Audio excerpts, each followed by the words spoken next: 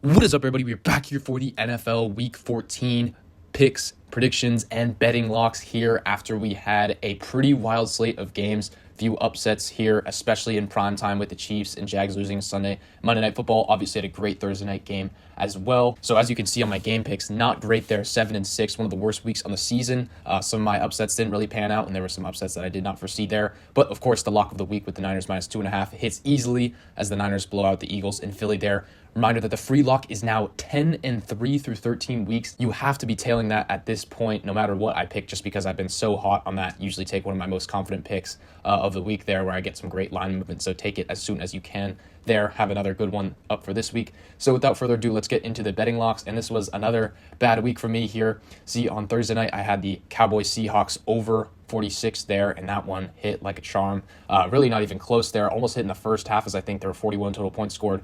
At the end of the game, there were 76 total points scored. Just an absolute thrilling shootout there on Thursday Night Football. It is worth noting that both teams were on full rest there, so that might have helped the scoring out a bit and the offenses there. Seahawks really had a great chance to win this game, but just the Cowboys defense made a couple more plays there. And the Cowboys offense with Dak Prescott just a little bit more consistent throughout that game, so Dallas gets the win at home.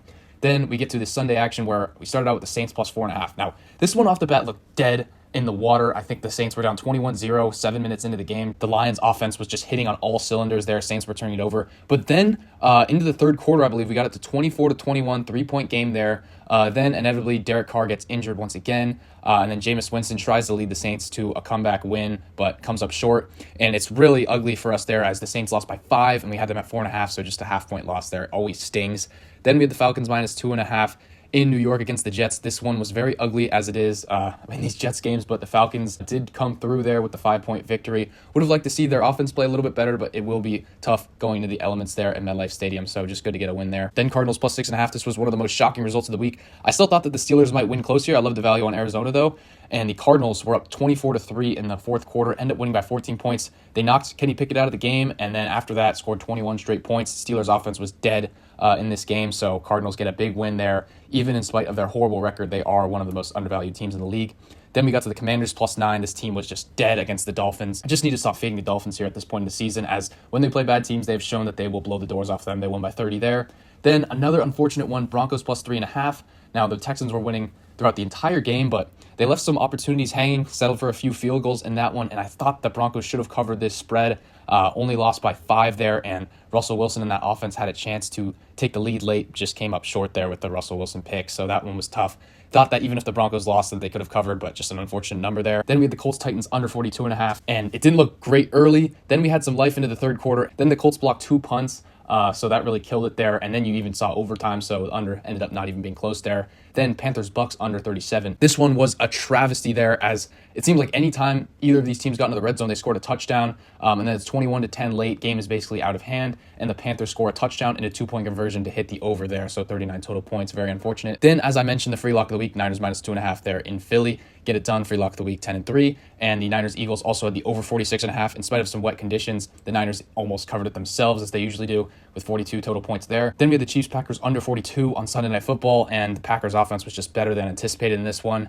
Great red zone execution from them there, and 46 total points scored, so the primetime under does not hit there. Then we had the Bengals-Jags under 39 here, and this one wasn't even close, as Jake Browning put on a show as the Bengals starting quarterback there, 86% completion percentage. He was just dicing up this Jags defense all night. And then Trevor Lawrence and that Jags offense played very well in their own right there, so it just wasn't even close. So as I mentioned, a pretty tough week for the betting locks. Lost 2.7 units there. Only up 2.8 units on the year right now, but you've got to tail us because in the long run, we are very profitable and we are about to get on our stride here. So stay with us here with this struggle, and we will bounce back this week. I assure you, game picks still hitting 128 and 65. Pretty strong there.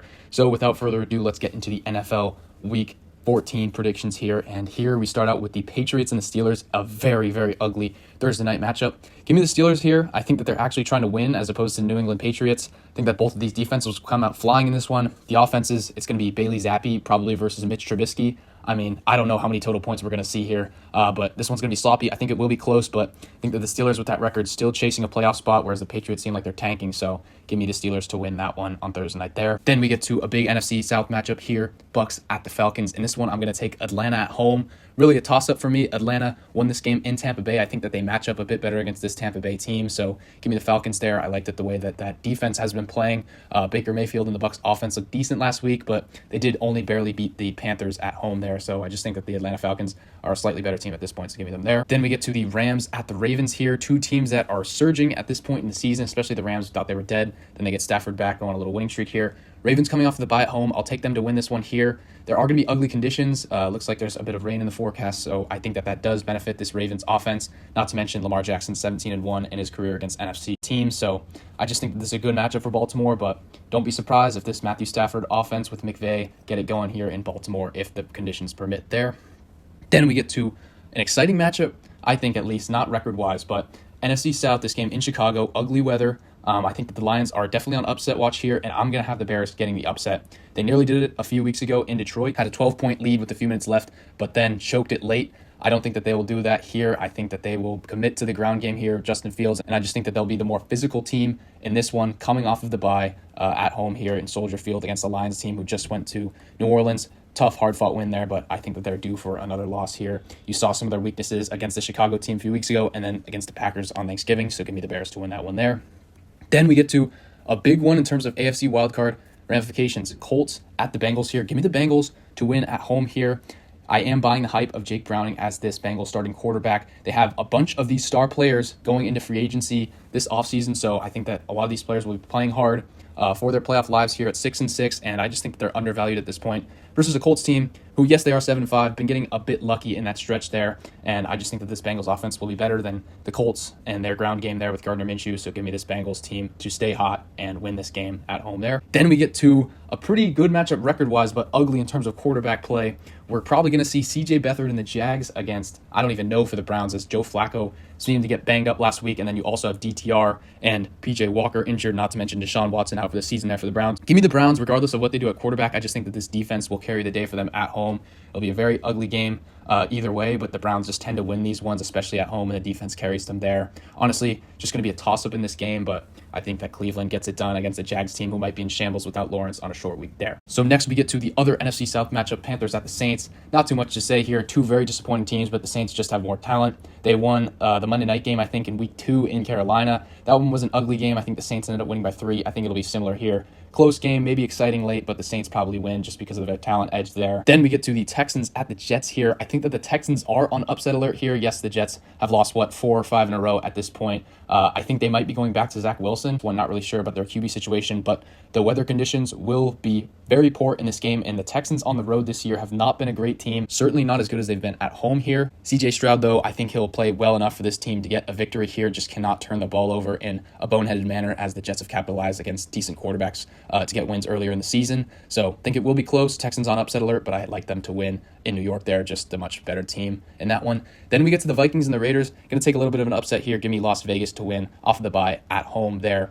Just think that this Vikings team is overvalued at this point. Even with Josh Dobbs, they've lost 2 straight. I think this is more of what they are as a team, regressing to the mean there. And I just think this Raiders team playing with a good mojo still under Antonio Pierce there at home. I think Aiden O'Connell has shown some good things as a quarterback of this team, and this offense will be able to get it done against the soft Minnesota defense there. And next we get to an NFC West matchup here. Seahawks and the Niners, two teams going in completely different directions at this point. Seahawks, as I mentioned last week, could feel their playoff chances slipping away from their grasp. I thought that was a big opportunity for them against the Cowboys to get a big upset victory. They played really well, I thought, in that game, especially offensively, but just couldn't get it done there. And I think going to San Francisco here, lost 4 straight against them, is not a great matchup for them. So I expect the Niners to keep rolling with these big offensive performances here. Expect at least 30 from them. So give me the Niners to win big at home there and supplant the Seahawks in that one. And then next, that brings us to the Bills and the Chiefs. Massive AFC game. In this one, obviously, we know the rivalry between these two teams over the past few years, Josh Allen and Patrick Mahomes. And this one is huge, as if the Chiefs want the 1 seed, they're going to have to win this game, probably win out there.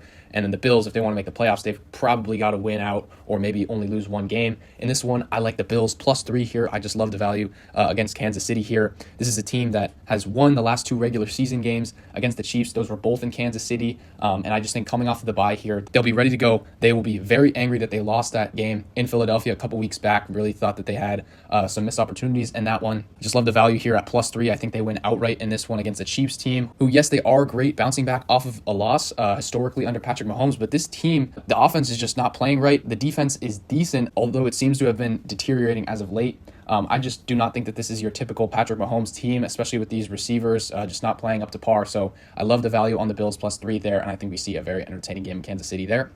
Then we get to an AFC West matchup here, Broncos at the Chargers, and must-win game for both of these teams in terms of their playoff hopes. In this one, I like the Chargers to get it done here at home. I just think that they're a more talented team. Broncos did have that great 5-game winning streak come to an end against the Houston Texans, but I just think that winning streak was all centered around the turnover luck, and now that becomes neutralized in more of these games, I think that they'll be exposed here, and I just think that the Chargers, although they tend to blow a lot of these games, Herbert in this offense is more talented, and I think this defense has been playing better, so give me the Chargers to win narrowly at home there.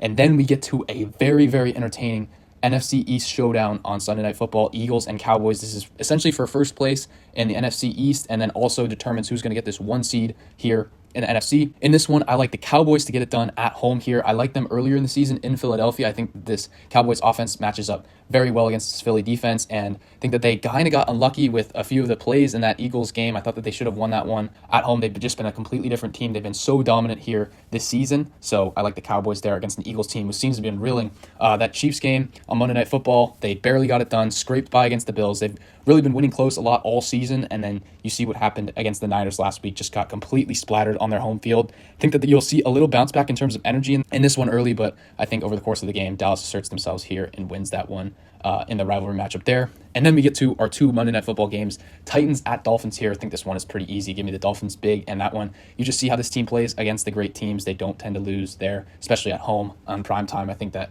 Tua, Tyreek, Jalen Waddle, and those weapons on offense all go off in that one. And then we get the Packers at the Giants. I think this one will be a lot closer.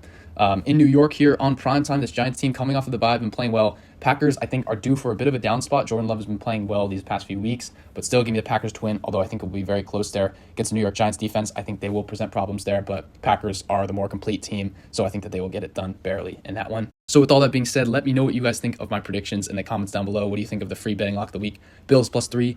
And with that, be sure to like and subscribe, and I will see you all in the next one.